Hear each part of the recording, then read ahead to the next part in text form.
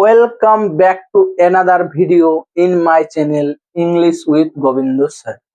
আজকে আমি 3 কোয়েশ্চেনের যে দ্বিতীয় ক্লাস সেটা নিয়ে বোঝাবো এবং আজকের ক্লাসে আমি তোমাদের এই পুরো শর্ট স্টোরিটা শেষ হবে এবং তোমাদের এখান থেকে কিরকম ভাবে কোয়েশ্চেন এসে থাকে এবং কিভাবে তোমরা এর থেকে উত্তরগুলো লিখবে তার একটা ধারণা দেব। তাহলে আগের ক্লাসে আমরা দেখেছি যে কোনখানে শেষ হয়েছে, যেখানে দেখা যাচ্ছে যে রাজা একজন বিয়ার্ডেড ম্যানকে তার যে ক্ষত, তার ক্ষততে ব্যান্ডেজ করে এবং রিব্যান্ডেজ করে তাকে জল খাইয়ে ঘুমিয়ে ঘুমিয়ে দিয়েছিল বিছানাতে।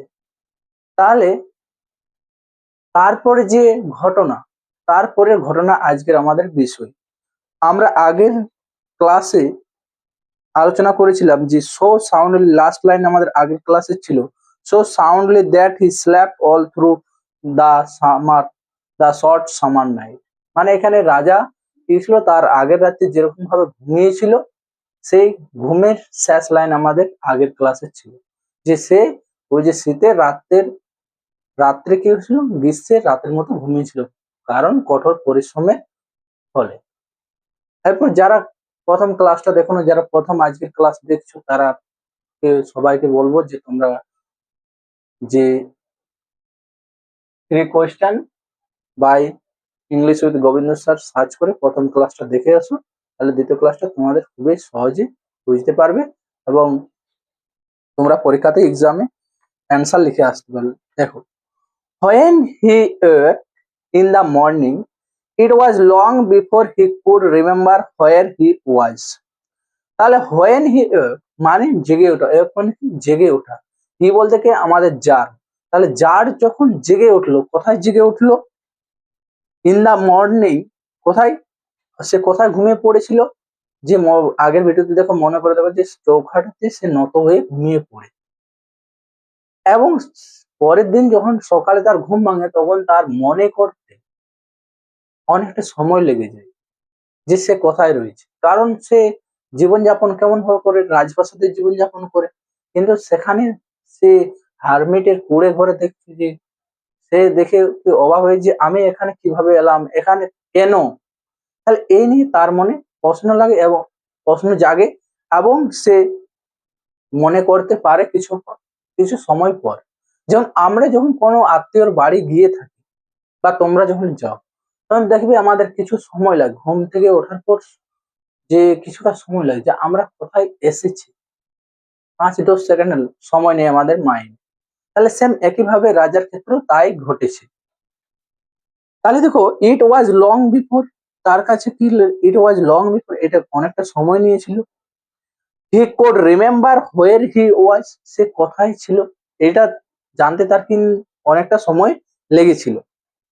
or who was the strange bearded man lying on the bed and gazing intently at him with shining eyes।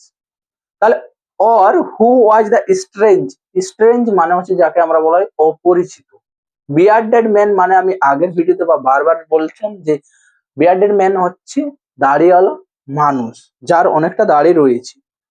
Before he sorry man lying on the bed, কোথায় শুয়ে রয়েছিল? বিছানাতে। অ্যান্ড গেজিং মানে তাকাচ্ছিল, ইনটেন্টলি মানে এক দৃষ্টিতে, অ্যাট হিম কার দিকে? রাজার দিকে।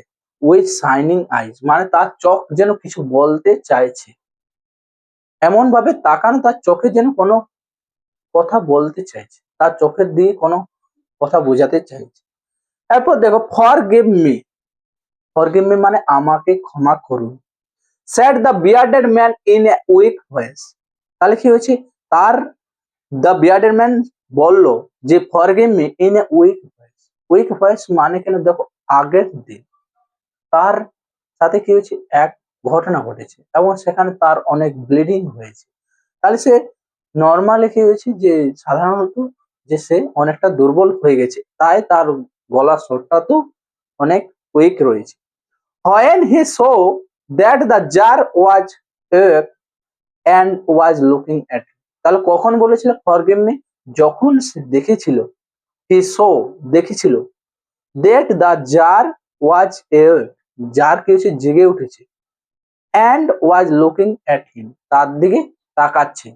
তখন সেই বিয়ার্ডেড ম্যানটা এই উক্তিটি করেছিল, I do not know you and have nothing to forgive you for. তাহলে কি বলতে চাইছে যে I do not know you, আমি তোমাকে জানি না বা চিনি না, ন মানে জানা বা চেনা, but I sorry and have nothing to forgive you for.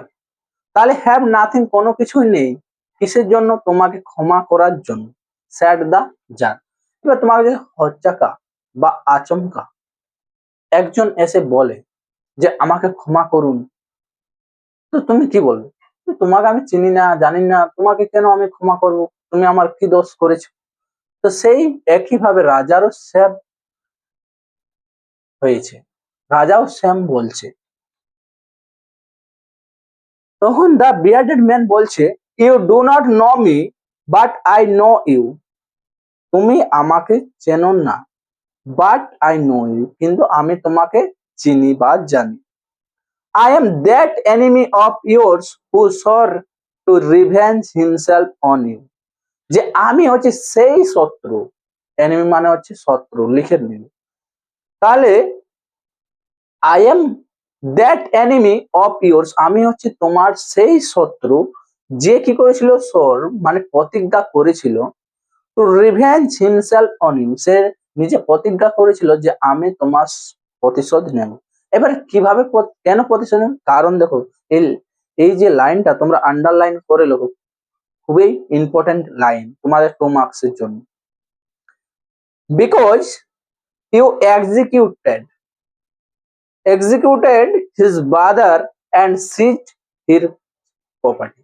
তাহলে বিকজ কেন, কারণটা কেন, ইউ এক্সিকিউটেড মানে হচ্ছে হত্যা করা বা মেরে ফেলা, হিজ ব্রাদার সে তার ভাইকে হত্যা করেছে, এবং তার যে সম্পত্তি সিজড মানে হচ্ছে বাজেয়াপ্ত করা বা কেড়ে নেওয়া, তার ভাইয়ের সম্পত্তি সব কেড়ে নিয়েছে। তাহলে সেই জন্য দা বিয়ার্ডেড ম্যানটা তাকে কি করতে চাইছিল, যে রাজার প্রতিশোধ নিতে চেয়েছিল, যে সে তার ভাইকে মেরে ফেলেছে এবং তার সম্পত্তি কেড়ে নিয়েছে। আই নিউ, এখানে আই বলতে কে, the bearded man, I knew you had gone alone to see the hermit, and I resolved to kill you on your way back। তাহলে I knew মানে জানতাম, you had gone alone to see, আমি জানতে পেরেছিলাম যে তুমি কি করবে, রাজার সাথে এই হারমিটের সাথে একা দেখা করতে যাবে, হলো। and রিজলভ মানে ডিসাইড করেছিলাম বা সিদ্ধান্ত নিয়েছিলাম, to kill you on your way back, তুমি যখন ফিরে আসবে, তোমার ওয়ে ব্যাক মানে হচ্ছে ফিরে আসার পর, তুমি যখন ফিরে আসবে তখন তোমাকে আমি মেরে ফেলবো। But the day passed and you did not return, but কিন্তু কি হলো, দ্য ডে পাস্ট মানে দিনটি পেরিয়ে গেল, মানে দিনটি শেষ হয়ে গেল, পাস্ট মানে শেষ হওয়া এখানে, and you did not return, তুমি কি হলে না, ফিরে এলে না। So I came out from my ambush. তাহলে এবার দেখো, কেউ তো কাউকে মারার জন্য কোনো কোনো জায়গাতে নিজেকে লুকিয়ে রাখবে, তাহলে সেই আই ক্যাম আউট মানে বেরিয়ে আসা, ফ্রম মাই অ্যাম্বাস মানে হচ্ছে ঝোপঝাড় বলা হয়, বা যেখানে যে নিজেকে হাইড করে রাখে সেই জায়গাটাকে অ্যাম্বাস বলা হয়। তো ফাইন্ড ইউ কিসের জন্য, তোমাকে খোঁজার জন্য, অ্যান্ড ক্যাম আপন ইউর বডিগার্ড, এবং কি হলো যে ক্যাম আপন মানে ধরা পড়া, বা ক্যাম আপন ইউর বডিগার্ড, আমি কি হলো তোমার বডিগার্ডের যে রক্ষীদের সাথে কি হলো দেখা হয়ে গেল, অ্যান্ড দে রিকগনাইজড মি, তারা আমাকে চিনতে পারলো যে এর ভাইকে মেরে ফেলেছি, তাহলে এ নিশ্চয় প্রতিশোধ নেওয়ার জন্য এসেছে, অ্যান্ড উন্ডেড মি, এবং তারা কি করলো, আমাকে আহত করলো, উন্ডেড মানে হচ্ছে আহত করা, ক্ষত যে। আই এসকেপড ফ্রম দেম, আমি কি পালিয়ে গেলাম, এসকেপড মানে পালিয়ে গেলাম, ফ্রম দেম তাদের কাছ থেকে আমি পালিয়ে গেলাম, but should have bleed to their, তাহলে কি হলো যে আমি পালিয়ে গেলাম, কিন্তু যে তারা কি আমাকে যে আমার স্টমাকে যে ক্ষতটা করেছিল, সেই ক্ষত থেকে রক্ত ঝরে ঝরে আমি কিছুক্ষণ পর মারা যেতাম। To death had you not dressed my, যদি তুমি না আমার ওই যে ক্ষতটা না যদি তুমি রিব্যান্ডেজ করে দিচ্ছে, ব্যান্ডেজ করে দিচ্ছে, ওয়াশ করে দিচ্ছে, তাহলে আমি কি হতো যে আমি মারা যেতাম। I wish to kill you and you have saved my life, আমি চেয়েছিলাম তোমাকে হত্যা করতে, and you saved my life, তুমি আমার জীবন রক্ষা করলে। তাহলে এখানে কি দেখা গেল যে রাজাকে মারার জন্য একজন বিয়ার্ডেড ম্যান প্রতিজ্ঞা করেছিল যে সে যখন ফিরে আসবে তাকে মেরে ফেলবে, এবং সেই মানুষটাই সেই ব্যক্তির জীবন বাঁচালো। Now if I live and if you wish it, আমি এখন বেঁচে আছি, এটার কারণ হচ্ছে তুমি চেয়েছো বলে। উইশ মানে ইচ্ছা, তোমার ইচ্ছাতেই আমি এখন বেঁচে আছি। I will serve you as your most faithful slave, আমি কি করবো, তোমাকে সেবা করব তোমার সবচেয়ে বিশ্বস্ত প্রজা হিসাবে। অ্যান্ড ফেথফুল মানে হচ্ছে বিশ্বাসযোগ্য, স্ল্যাব মানে প্রজা, এখানে চাকর শব্দটা না বলে আমরা প্রজাটা বলতে পারি। And will bid my sons do the same, এবং আমার ছেলেরাও তারাও সেম একইভাবেই আপনাকে কি করবে, সেবা করবে। ফরগিভ মি, আমাকে ক্ষমা করুন। The tsar was very glad to have made peace with his enemy so easily. The tsar was very glad, রাজা খুবই আনন্দিত ছিল। টু হ্যাভ মেড পিস, কি করেছিল সে, শান্তি প্রতিষ্ঠা, পিস মানে হচ্ছে শান্তি, উইথ হিজ এনিমি, তার শত্রু, সো ইজিলি, সো ইজিলি মানে হচ্ছে সহজে। তাহলে রাজা কি করেছিল, খুবই আনন্দিত ছিল, কারণটা কেন, সে তার শত্রুর সাথে খুবই সহজে বন্ধুত্ব তৈরি করতে পেরেছিল। একটা মানুষের কখন জয় হয়, যখন যে মানুষটা কি করে তার শত্রুকে বন্ধু বানাতে পারে, তারই সেটা সত্যিকারের জয় হয়ে থাকে। তাই তারপরে দেখো, and to have gained him for a friend, তাহলে সে to have gained him for a friend, তাকে কি হিসাবে gained মানে হচ্ছে পাওয়া, হিম তাকে একটা কি হিসেবে পেলো, তার বন্ধুকে, তার শত্রুকে একটা বন্ধু হিসেবে পেলো। and he not only forgave him, তাহলে সে শুধুমাত্র তাকে ক্ষমা করলো না, but said he would send his servants and his own physician to attend him, কিন্তু কি করলো সে, শুধুমাত্র তাকে ক্ষমা করলো না, তাকে কি হলো, তাকে বললো যে আমি তোমাকে কি করবো, সেন্ড করবো, পাঠিয়ে দেবো, হিজ সার্ভেন্ট, রাজার নিজস্ব কর্মচারীদের, অ্যান্ড তার নিজের অন ফিজিশিয়ান মানে হচ্ছে ডক্টর, কিসের জন্য, তাকে যাতে দেখাশোনা করে, অ্যাটেন্ড মানে হচ্ছে দেখাশোনা বা পরিষেবা বা সাহায্য করা, বিভিন্ন কাজের জন্য তাকে সে তার কর্মচারীদের এবং তার ডক্টরকে পাঠিয়ে দেবেন তাকে সুস্থ করে তোলার জন্য। And promise to restore his পাওয়ার, এবং কি বললো, প্রতিজ্ঞা করেছিল কি করতে, সে রেস্টোর করবে, রেস্টোর মানে হচ্ছে কি ফিরিয়ে দেওয়া, হিজ প্রপার্টি, তার প্রপার্টিকে সে ফিরিয়ে দেবে। তাহলে এই হলো ঘটনা। তারপর দেখা যাচ্ছে, দেখো, having taken leave of the wounded man, যখন কি হলো, হ্যাভিং টেকেন, যে সে টেকেন লিভ, লিভ মানে সে চলে গেল, কে চলে গেল, উন্ডেড ম্যানটা, উন্ডেড ম্যানটা চলে গেল। The tsar went out into the porch and looked around for the hermit, তাহলে দ্য জার ওয়েন্ট, যার কি হয়েছিল, গিয়েছিল, ওয়েন্ট মানে হচ্ছে গিয়েছিল, আউট অফ দ্য পোর্চ, তার যে কুড়ে ঘর, সেই কুড়ে ঘরের বাইরে সে বেরিয়ে গিয়েছিল। And looked around for the hermit, সে কার খোঁজ করছিল, লুকড অ্যারাউন্ড, চারিদিকে তাকাচ্ছিল, কাকে, যে হারমিট কোথায় গেছে, হারমিটের জন্য।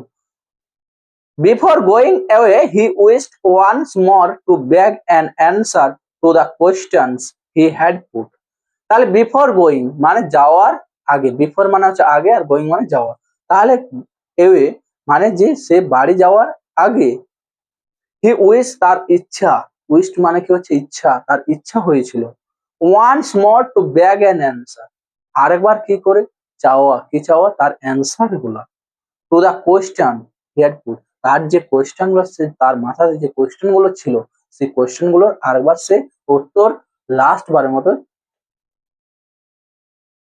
বারের মতো জানার ইচ্ছা ছিল। The hermit was outside, hermit কোথায় ছিল, বাইরে ছিল। অন হিজ নিজ, নিজ বলতে যে হাঁটুর ওপরে যে ভর করে, যে বয়স্ক মানুষকে তোমরা যেমন ভাবে দেখো যে হাঁটু, মাথা এবং তার দুটো হাঁটু এবং মাথা দেখে মনে হয় যেন তিনটে মাথা দেখা যাচ্ছে, সেইরকম ভাবে যারা বসে থাকে সেই যে তাদেরকে বোঝানো। নিজ সয়িং সিডস, সে কি করছিল, সিডস, সয়িং মানে হচ্ছে বপন করা, বীজ বপন করা, সিডস মানে হচ্ছে বীজ, ইন দা বেড, সেই গর্তগুলোতে, that had been dug the day before, যেগুলো কি করেছিল, সে আগের দিন যে রাজা যে খুঁড়ে দিয়েছিল, তার জন্য সে প্রচন্ড খুব পরিশ্রমী হয়ে গেছিল এবং রাত্রে গ্রীষ্মের রাতের মতো শুয়েছিল। তাহলে সেই ঘটনা, সেই গর্তগুলোতে সে কি করছে, আমাদের বীজ বপন করছিল, কি, হারমিট।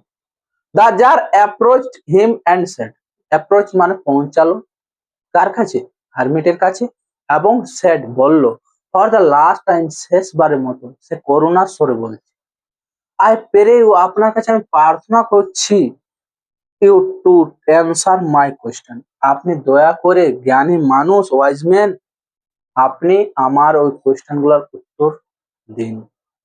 তার কাছে রিকোয়েস্ট করে বলছে, অনুরোধ করে বলছে। তাহলে এরপর দেখো লাইনটা দেখো, you have already been answered, লাইনটা দাগ দিয়ে আন্ডারলাইন করে, হাইলাইট করে দাও, এখান থেকে কোয়েশ্চেন আছে। এরপরে দেখো কি বললো, you have already been answer, ভাবো যে you have already been answered, তুমি আগে থেকেই উত্তর পেয়ে গেছো, তোমার প্রশ্নে তুমি উত্তর পেয়ে গেছো। রাজা তো অবাক হয়ে গেল, কারণ যেন সে আকাশ থেকে পড়লো, কেন, কারণ হচ্ছে সে কখন রাজাকে রাজাকে কি কখনো হারমিট উত্তর দিয়েছে, দেয় না, এবং কি বলছে যে তোমাকে সব উত্তর দেওয়া হয়ে গেছে। রাজা অবাক হয়ে গেছে। Replied, said the hermit, still crouching, crouching মানে ওই যে ব্যান্ডিং, যেভাবে আমি বললাম যে হাঁটুর উপর ভর দিয়ে বসেছিল এবং সে গোপন করছিল।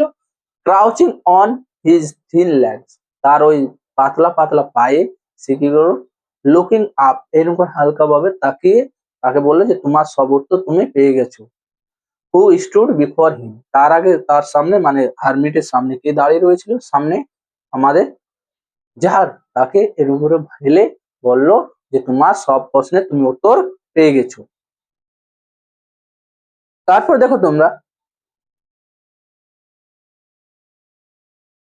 হাউ অ্যান্সার, রাজা তো অবাক হয়ে গেল, কিভাবে আমি সব উত্তর পেলাম। হোয়াট ডু ইউ মিন, আপনি কি বোঝাতে চাইছেন, আপনি কি বলতে চাইছেন, আস্ত দরজা, আস্ক, জিজ্ঞাসা বলছে, হাউ অ্যান্সার, কিভাবে উত্তর পেলাম, হোয়াট ডু ইউ মিন, আপনি কি বোঝাতে চাইছেন, কি বলতে চাইছেন। আস্ক দা জার, কাকে আস্ক করলো, আমাদের হারমিটকে। এবার হারমিটের রিপ্লাই দেখো, ডু ইউ নট সি, তুমি কি দেখো না, তুমি কি দেখো না। The hermit said, if you had not pitied my weakness yesterday, if you, যদি তুমি, had not pitied my weakness, যদি তুমি কি করতে না, পিটেড মানে হচ্ছে দয়া দেখানো, উইকনেস, মাই উইকনেস, আমার উইকনেস, উইকনেস মানে হচ্ছে দুর্বলতা, কার দুর্বলতা,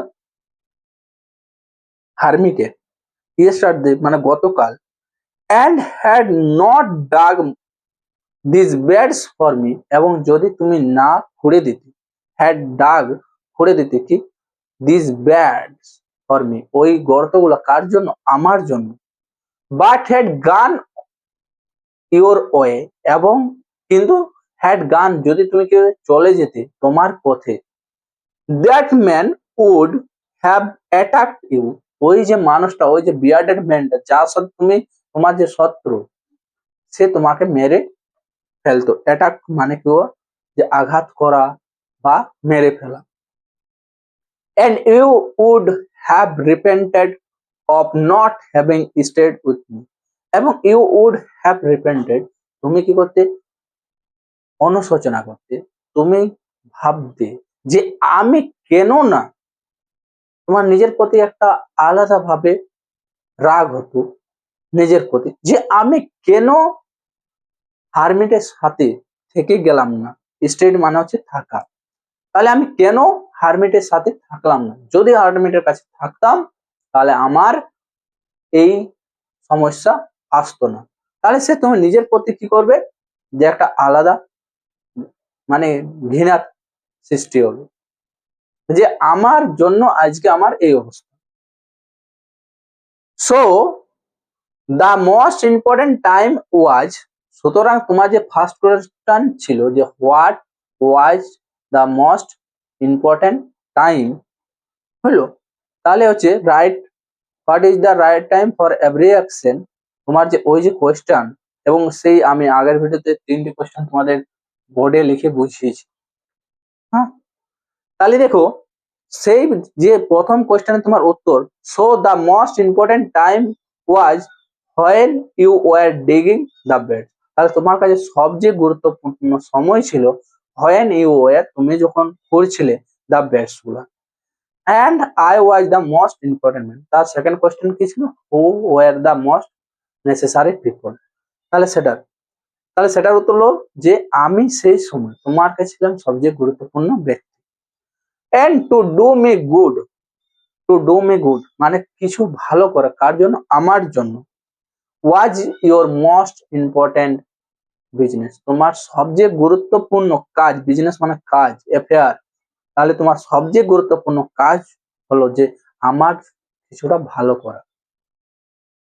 এরপর যদি তুমি ওই ঘটনাটা বাদ দাও, পরে ঘটনাতে যাও, তাহলে দেখো আফটার ওয়ার্ডস, তারপর, when that man ran to us, যখন ওই মানুষটা দৌড়ে আসছিল কাদের দিকে, আমাদের দিকে, the most important time was, সবচেয়ে সেই সময় গুরুত্বপূর্ণ সময় ছিল, when you were attending to him, তোমার কাছে সবচেয়ে গুরুত্বপূর্ণ সময় ছিল যে তুমি তাকে সেবা করছিলে, অ্যাটেন্ডিং মানে হচ্ছে সেবা করা। For if you had not bound up his wounds he would have died, if যদি তুমি কি করতে না বাউন্ড করতে, বাউন্ড মানে কি বেঁধে দেওয়া বা ব্যান্ডেজ করা, হিজ ওন্স তার ওই যে ক্ষততে, হি উড হ্যাভ ডাইড সে মারা যেত, without having made peace with you, তাহলে সে মারা যেত তোমার সাথে কোন রকম না বন্ধুত্ব তৈরি হয়ে, তোমার সাথে না কোন রকম সে শান্তি প্রতিষ্ঠা করে সে কি হতো, মারা যেত, যদি তুমি না তাকে কি করতে, তার ক্ষততে তুমি যদি না তাকে ব্যান্ডেজ করে দিতে। So he was the most important man, তাহলে সেই ক্ষেত্রে ওই যে বিয়ার্ডেড ম্যানটা তোমার কাছে সবচেয়ে গুরুত্বপূর্ণ ব্যক্তি। And what you did for him, তুমি যা কিছু করেছিলে, তুমি যা কিছু করেছিলে, ডিড ফর হিম তুমি যা কিছু ওর জন্য করেছিলে, ওয়াজ ইউর মোস্ট ইম্পর্টেন্ট বিজনেস, তোমার সবচেয়ে গুরুত্বপূর্ণ কাজ হচ্ছে তুমি যে ওকে সেবা করেছিলে, ওকে জল খাইছিলে, সেটা হচ্ছে তোমার কাছে সবচেয়ে গুরুত্বপূর্ণ কাজ। তাহলে এই হচ্ছে তার যে 3টা কোশ্চেনের রিপ্লাই, অ্যান্সার উইথ এক্সাম্পলস, মানে একটা পুরো ঘটনা ঘটে যাওয়ার পর তাকে বর্ণনা করে বুঝিয়ে দিল যে তোমার 3টে যে প্রশ্নে 3টে অ্যান্সার হচ্ছে এগুলো। তাহলে বলছি রিমেম্বার দেন, এই লাইনটা থেকে তোমার শেষ পর্যন্ত তোমার কোশ্চেন আসার অনেকটাই চান্স থাকে, সবাই আন্ডারলাইন করে নিন। এই প্যারাটা যে ডু ইউ নট সি, এখান থেকে তোমার এই যে শেষ পর্যন্ত এই প্যারাটা তোমার কাছে খুবই গুরুত্বপূর্ণ। আর সবকে বলা যে টেক্সট না পড়লে রেজাল্ট আসবে না, কোন নোটস মুখস্থ করে বা কোনো নোটস পড়ে গিয়ে তোমার লেখার সেরকমভাবে কোয়ালিটিটা আসবে না। তুমি যদি টেক্সট সম্পূর্ণভাবে পড়ে যাও তাহলে তোমার রেজাল্ট খুবই ভালো হবে। তারপরে দেখো তোমরা, remember then there is only one time that is important now. তাহলে রিমেম্বার মনে রাখবে একটা কথা, তোমরা তো বলা হচ্ছে যে তোমরাও মনে রাখবে যে there is only one time, শুধুমাত্র there is only one time, শুধুমাত্র একটাই সময় আমাদের কাছে সবচেয়ে গুরুত্বপূর্ণ। কোন সময়?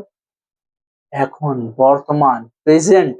প্রেজেন্ট, বর্তমান কালটা হচ্ছে, প্রেজেন্টটা হচ্ছে আমাদের কাছে সবচেয়ে গুরুত্বপূর্ণ। কারণটা কেন দেখো, এক্সপ্লেনেশন দিয়েছি। It is the most important time because it is the only time when we have any power. It is the most important time. এটা হচ্ছে সবচেয়ে গুরুত্বপূর্ণ সময়। Because কারণ it is the only one time. এটা হচ্ছে শুধুমাত্র একমাত্র সময় when you have any power. যখন তোমার কাছে কি থাকবে? পাওয়ার থাকবে। এখন তোমাদের কাছে কি রয়েছে? পড়াশোনার টাইম রয়েছে। তোমরা যদি এখন পড়ো ভালোভাবে, তাহলে তোমাদের কি হবে? এইচএস এর রেজাল্টটা তোমাদের দেখতে ভালো লাগবে, কারো সাথে দেখাতে, কারো পাশে তোমরা রেজাল্টটা বের করতে তোমাদের ভালো লাগবে। কারণ এখন তোমাদের কাছে সেই পাওয়ারটা রয়েছে যে তোমাদের যে রেজাল্ট, যে এইচএস এর মার্কশিটটা, সেটা তুমি কারো কাছে শো করার ব্যাপারটা তোমার কাছে রয়েছে। তাহলে এখন হচ্ছে বর্তমান সময়।